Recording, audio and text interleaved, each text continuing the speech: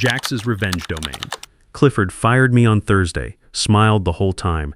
We're restructuring the construction materials division, he said with that Stanford MBA grin. Found someone who can modernize our operations for 60% of your current compensation, digital transformation. You understand? My name is Howard Brennan. I'm 49 years old. I've been working since I was 18 and I know what dedication looks like when someone actually values it. Clifford had this way of talking where he'd drop buzzwords like they were revolutionary ideas, then grin like his MBA made everything he said automatically brilliant. He did it now, that same condescending expression he used when he explained why my 13 years of construction supply expertise was legacy thinking that needed upgrading. 13 years I'd given Midwest Construction Supply. 13 years building a logistics network that moved $280 million worth of construction materials annually across 9 states. When I started, our distribution centers were disasters. Heavy equipment parts scattered everywhere. No systematic rotation. Suppliers threatening to drop us because orders kept getting botched. The previous logistics manager had quit after 8 months. Said the complexity was impossible to handle. I took the job because I needed steady work. My wife Beverly was building her real estate practice. Our sons Colton and Landon were heading toward college. My father Eugene was starting to need help with his diabetes medication. And mortgages don't care about your career aspirations. Those first 10 months, I worked until midnight most nights. I learned every part we carried, every supplier's delivery schedule, which manufacturers were reliable, and which ones needed constant monitoring. I figured out that concrete additives needed specific temperature controls. Heavy steel beams required special handling equipment. Some chemical treatments couldn't be stored together because of compatibility reactions. I built tracking systems that monitored everything in real time, created zone optimization algorithms that maximized efficiency, negotiated with suppliers until they trusted our operation again. It took 4 years before everything ran smoothly. After that, it just worked. Materials flowed seamlessly from manufacturers to construction sites. Inventory levels stayed optimal. Suppliers stopped complaining and started praising our operation. My boss back then, Hugh Morrison, used to say I made complex logistics look effortless. Then Clifford showed up 18 months ago. Corporate transferred him from the Denver office. 30 years old with a fresh Stanford MBA and 0 hands-on logistics experience. They gave him the division because he talked about optimization and automation in every presentation. He never asked me how our systems worked, never wanted to understand the relationships I'd built with suppliers or why certain processes existed. He just wanted dashboards that made him look innovative when he reported to senior leadership. Get me real-time analytics, he'd say. I need KPIs that demonstrate operational excellence. Build me a presentation I can use with corporate. I did it every time because that was my job. But Clifford acted like the results happened automatically. Like anyone could manage what I'd spent over a decade building. He'd tell people in meetings, our automation systems basically run themselves now. Very streamlined operation. It wasn't streamlined. It was 13 years of expertise disguised as simplicity because I'd eliminated every inefficiency through hard-earned experience. Clifford didn't see any of that. He saw a $115,000 salary he could cut by hiring some kid who knew Excel and thought logistics was just data entry. We've already identified your replacement, he continued, still wearing that MBA smile. Starts Monday. You have until end of day to document your processes and transition responsibilities. Transition to who? I asked. You said he starts Monday. Today is Thursday. Create a knowledge transfer document. Shouldn't take long since you've always emphasized how systematic everything is. I never said that. He said that, but arguing wouldn't change anything. Clifford had already decided, probably weeks ago, this conversation was just corporate formality. Fine, I said. His smile flickered. He probably expected me to argue, maybe beg for another chance. I didn't give him that satisfaction. I walked back to my office. Not a big space, just enough room for a desk, some filing cabinets, and shelves full of supplier manuals, parts catalogs, vendor contracts. 13 years of information that couldn't be documented in an afternoon, but I tried. I pulled out my laptop and started typing. Supplier contact information, delivery schedules, which vendors needed 3-week lead times for steel fabrication, which ones consistently ran late with concrete components and required buffer stock. Materials with special storage requirements. Difficult customers who needed extra attention. How to read the optimization algorithms I developed. when to adjust seasonal inventory rotations for winter equipment. 8 pages in, I realized how pointless this was. My replacement wouldn't understand any of this without context, without seeing the operation in real time, without making the inevitable mistakes and learning from them like I had. This wasn't information you could learn from a document. It was institutional knowledge built through experience. Clifford walked by once around 2 p.m. "How's the documentation coming?" "It's coming," I said. He nodded and left. Nobody else acknowledged what was happening. Word travels fast in places like this, but people keep their heads down. Everyone needs their paycheck. Everyone's got bills. I understood that completely. The afternoon felt strange. Normal warehouse sounds continued around me. Forklifts moving pallets, radio chatter between zones, delivery trucks backing up to loading docks. All the systems I'd built functioning perfectly while I sat there writing their obituary. Around 4 o'clock, I finished writing what I could. I packed my personal items into a cardboard box. A coffee mug from our company picnic 6 years ago, a jacket I kept here for cold warehouse walks, some family photos, a small plant that somehow survived despite minimal office light. Not much to show for 13 years. That night, I sat in my truck in our driveway staring at our house. All the windows were lit. Beverly would be helping Colton with his engineering homework. Landon would be practicing guitar in his room. Eugene would be watching the news, probably dozing in his chair. Normal Thursday evening suddenly felt different. I hadn't told them yet. I walked into our kitchen and found Beverly grading real estate contracts at the dining table. She looked up, smiled, then noticed my expression. "What's wrong?" she asked. Colton wandered in from the living room, calculus textbook under his arm. Landon followed, still holding his guitar. Eugene shuffled in from the den, moving slowly with his walker. All of them sensed something had changed. "I got fired today," I said. No point sugarcoating it. Nobody said anything, felt like forever. Then Beverly stood up, walked over, and hugged me, not saying anything, just holding on. The boys stayed where they were, processing. Eugene eased into a kitchen chair. "What happened?" Beverly asked finally. "My boss decided he could replace me with someone cheaper. Digital transformation, he called it." "That's insane," Colton said. "You built that whole operation. You've told us stories about it for years." "Yeah," I said, "I know. What about college?" Landon asked quietly. He was a sophomore at State. Colton was a junior at Tech. Between them, we were looking at $46,000 in tuition bills next semester. "And Dad's medication," Eugene added softly. "His diabetes supplies cost us $420 monthly." "We'll figure it out," Beverly said. But I could see the calculations starting in her head. Real estate commissions were good when they came, but unpredictable. My salary had been the steady foundation. "Do you have severance?" she asked. "They didn't mention any. I don't think this was planned properly. What does that mean?" "I'm not sure yet." That night I lay awake staring at the ceiling. 28 years of marriage, and Beverly knew better than to push for details when I was still processing, but I could feel her worry in the way she wasn't sleeping either. The next morning I thought about Leonard Foster. He'd been VP of Operations for 17 years, oversaw 7 regional centers, managed maybe 500 employees across the Midwest. Clifford reported to someone who reported to Leonard, so they'd never worked directly together, but Leonard and I had a relationship that went back 9 years. It started when one of our suppliers tried overcharging us for emergency steel beams during a hospital construction crisis. The supplier figured we were desperate, marked up prices 400%, expected us to pay without question. Loss prevention wanted to just accept it. Said we had no choice with construction deadlines looming. They asked my opinion. I looked at the situation and said, "Give me 6 hours." I called every contact I had, found alternative suppliers who could deliver the same materials for standard pricing. Saved the company $220,000 on that single order. Leonard heard about it, called me personally to say thank you. Said that kind of creative problem solving was exactly what the company needed. After that, he started checking in periodically. Every few months, we'd grab lunch at this place near the main distribution center. Nothing fancy, just burgers and conversation. He'd ask how operations were running, what challenges I was facing, how my family was doing. Other people thought it was unusual. Why would a VP have lunch with a logistics manager?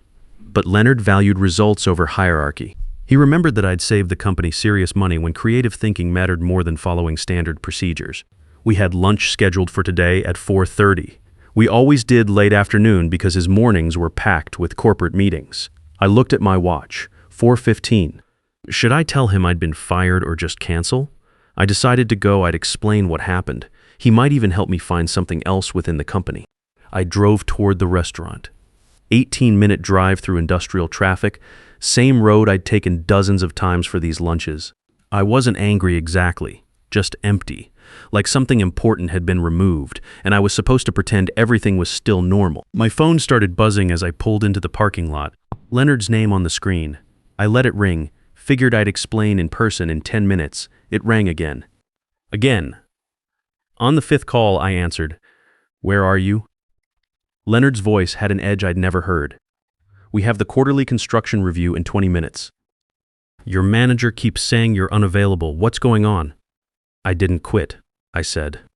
"Clifford fired me this morning. Said he found someone who could do my job for less money." Silence. I could hear Leonard breathing, background noise from his office. He what? Fired me. Told me to pack my things and create transition documents for my replacement. "I'm looking at the agenda right now," Leonard said. His voice had changed, gotten colder. "You're listed as presenter for the Operational Efficiency Report, Quarterly Supplier Performance Analysis, Distribution Center Optimization Results. We do this every quarter, Howard. You've never missed one. I know. I was planning to be there. Then Clifford called me into his office and told me I was done." More silence. Then, "Stay near your phone." He hung up. I sat in my truck holding the phone, watching people around me go about their normal Friday afternoon. Getting coffee, heading home early, living regular lives. For everyone else, this was just another day. My phone buzzed. Text from Leonard. "What's your manager's direct extension?" I sent it. Then I waited. 30 minutes passed. I tried not to imagine what was happening. Leonard calling Clifford. Clifford realizing he'd made a catastrophic error. But what could Leonard actually do? Clifford was management. He had authority to hire and fire within his division. My phone rang. Unknown number. "Hello, Howard. This is Patricia from Human Resources. I'm calling about a termination that was processed today under your employee number. Can you confirm you met with Clifford Palmer this morning?" "Yes." "And he informed you of termination effective immediately?" "Yes." "Did he provide severance documentation, exit procedures?" "No. He just told me to pack my things and write transition notes." I heard typing. Lots of typing, I see. "And did he cite performance issues, disciplinary problems?" "He said they found someone cheaper. Digital transformation, more typing, longer this time.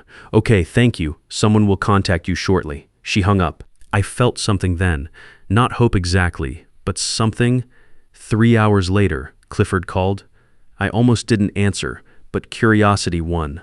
"Howard." His voice sounded strained, like he was forcing the words. "There's been a miscommunication. We need you back immediately." I said nothing. "There was a procedural issue with HR. Your termination wasn't properly authorized through proper channels. We need you to return Monday morning." "What happened to your digital transformation candidate that fell through?" "Look, this was an administrative error. We value your expertise. You're critical to operations. Critical." He'd never used that word about me before. Never used any word that suggested I mattered beyond being a replaceable cost center. "The VP needs the quarterly logistics reports." Clifford continued. "For the review Monday, you have all the data. Nobody else can generate the analysis in time." Nobody else. Because he'd fired the person who actually understood the operation. "I'll think about it," I said. "Howard, please, I need an answer now. We have corporate obligations. The quarterly review is essential for regional planning. You didn't care about that yesterday morning.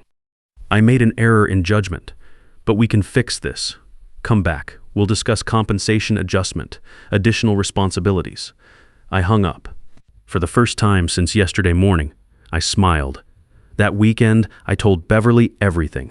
About Leonard's intervention, about Clifford's panicked call back, about the satisfaction of watching someone realize they'd thrown away something valuable. "What are you going to do?" she asked. "I'm not going back," I said. "Not to work for someone who thought I was disposable, but the job search and Dad's medication.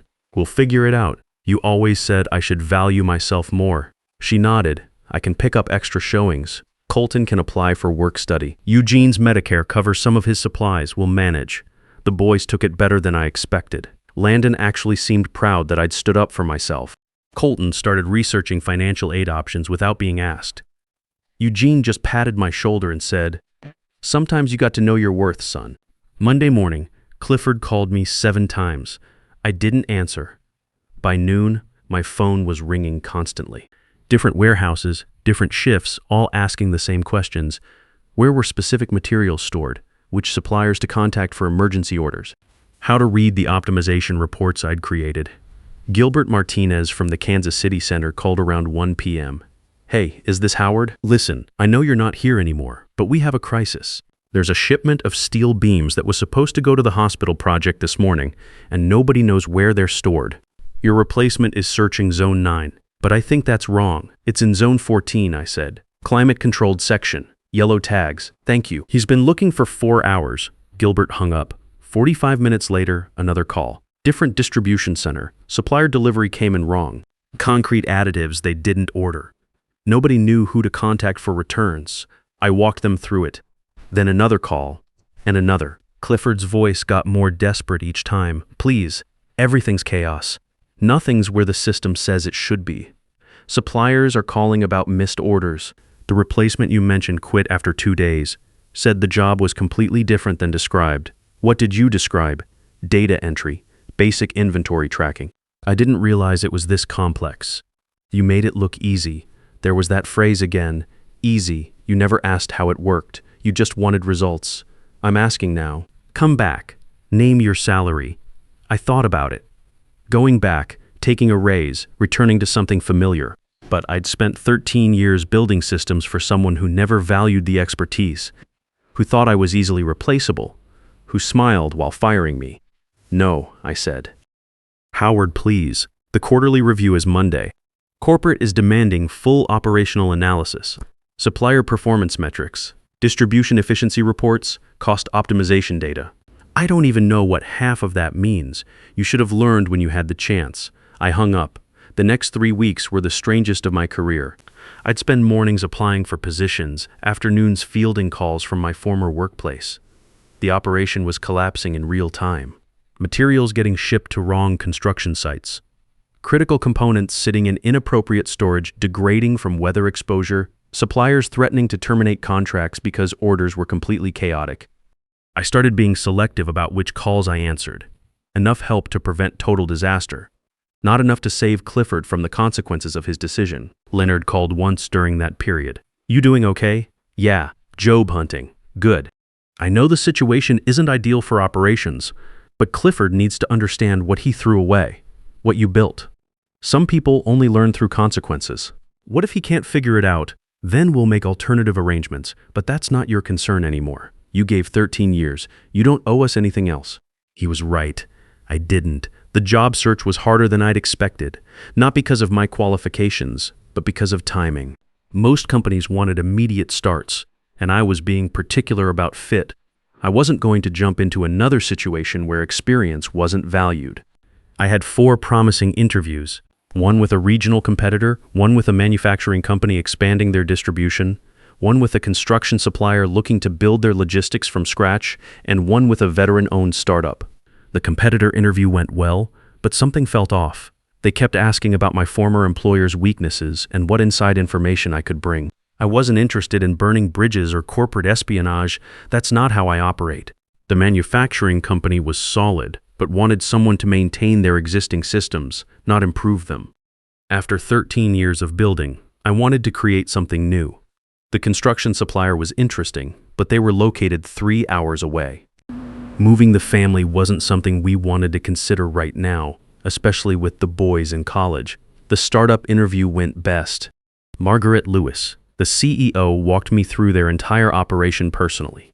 Small but growing fast, plans to expand across the Southwest. Needed someone to build their distribution network from the ground up. "What's your timeline?" she asked. "I need this done right," I said. "Not fast, but right. You'll have growing pains, supplier challenges, systems integration issues. This isn't something you automate away. It takes experience." Margaret nodded. "That's exactly why we want you. We've seen what happens when companies think logistics is just software. We want to build relationships, not just systems." During my 3rd week of unemployment, Beverly came home from a successful closing, excited about her commission. We celebrated with dinner out, the first time we'd done that since I was fired. You seem different, she said over dessert. Lighter. I feel different. Like I'm not fighting an uphill battle every day. She was right. I'd been carrying weight for years.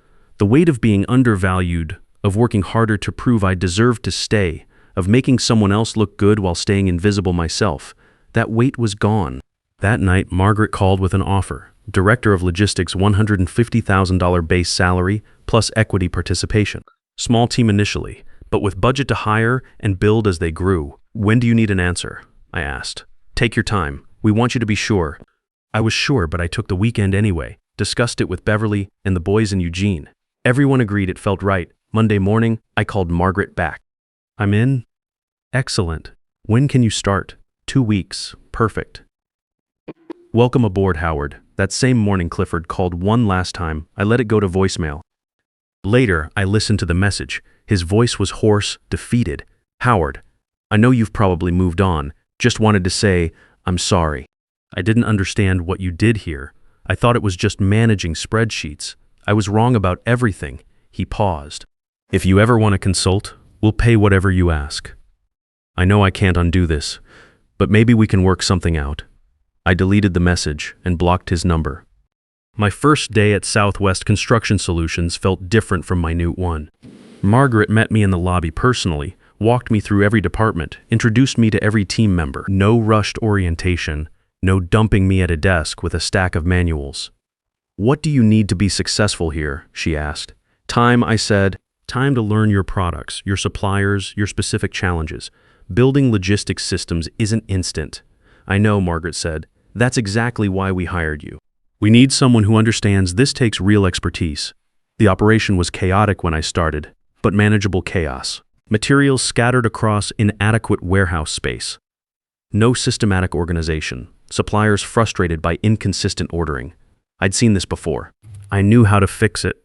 I spent my first month just learning every product line, every supplier relationship, every workflow bottleneck. Taking notes, asking questions, building mental maps of how everything connected. Margaret checked in weekly, not micromanaging, just present. How's it going? What obstacles can I remove? What resources do you need? That's what good management looked like. Someone who understood that helping employees succeed was how companies succeeded. Meanwhile, stories filtered back from Midwest Construction Supply through industry contacts. Leonard had kept his word. Clifford was now personally responsible for all logistics operations. No support staff, no transition period. Every decision ran through him. Every mistake fell on him. And there were plenty of mistakes. Roland Stevens called me in my second week. I'd worked with him for 8 years at Midwest Construction Supply. He supplied specialized steel components, high-precision stuff that required careful handling. Your old company keeps messing up orders, he said. Wrong specifications, wrong delivery schedules. I've tried working with their new management, but it's not the same. Any chance your new company needs steel components? I talked to Margaret. She was very interested. We worked out an initial contract. Roland shifted a portion of his business to us. Then Barry Walsh called. He'd supplied concrete systems to Midwest Construction Supply for 6 years. Same story, same frustration with their new chaos, same interest in working with my new company. Within 4 months, we'd acquired contracts with 4 major suppliers who'd previously worked exclusively with Midwest Construction Supply, not because I recruited them, but because they valued reliable partnerships.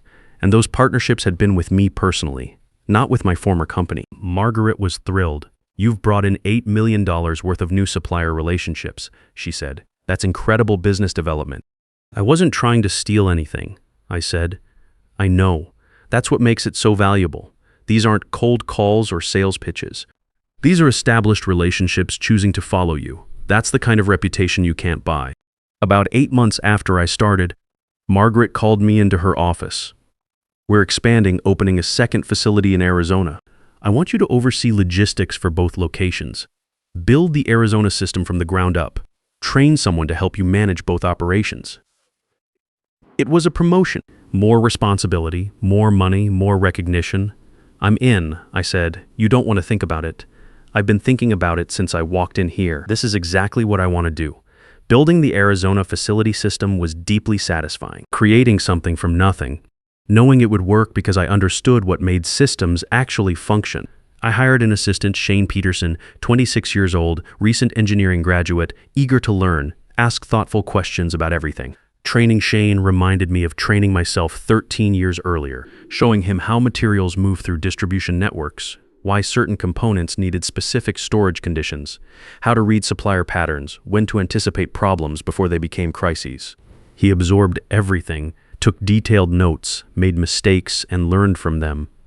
That's what succession should look like, not firing someone and hoping the replacement figures it out, but deliberately building knowledge, transferring expertise, creating systems that survive beyond one person. About a year after my firing, Lance Rodriguez called me. I remembered him from Midwest Construction Supply. Worked receiving in Zone 7. Howard, this is Lance Rodriguez. I don't know if you remember me, but I worked receiving at your old job. I remember. How are you? I'm okay. Listen, I'm calling because I'm leaving Midwest Construction next week. Found something better, and I wanted to thank you before I go. Thank me for what? You probably don't remember, but 5 years ago, I made a huge mistake. Mixed up 2 major shipments, cost thousands. I thought I'd be fired. You found me in the loading dock completely panicking. You said mistakes happen, let's fix it. You stayed 4 hours after your shift helping me sort everything out. Never told anyone it was my fault. Took responsibility in the incident report. I did remember vaguely. It had seemed like the right thing to do. Lance was a good worker. One mistake didn't define him. You didn't need to call, I said. I needed to because when you got fired, I felt sick. We all did. You'd helped so many of us over the years, fixed our problems, covered our mistakes, taught us how to do things right, and the company just threw you away. Lance paused. I wanted you to know that we noticed. We remembered, and I'm not the only one who's left since then. A lot of people have, because if they could do that to you, they could do it to anyone. You showed us what good leadership looked like. After Lance hung up, I sat in my office thinking about what he'd said. I'd never considered that my firing affected other people beyond just me losing a job, that it sent a message about how much loyalty meant to that company. Looking back now, getting fired was the best thing that could have happened. I'd been comfortable at Midwest Construction Supply. Not happy, not fulfilled, just comfortable, familiar. I probably would have stayed another 13 years building systems for people who didn't appreciate them. Getting fired had freed me. My family noticed the difference immediately. Not just the better salary, though the extra $10,000 helped significantly with Colton and Landon's college costs and Eugene's medical expenses.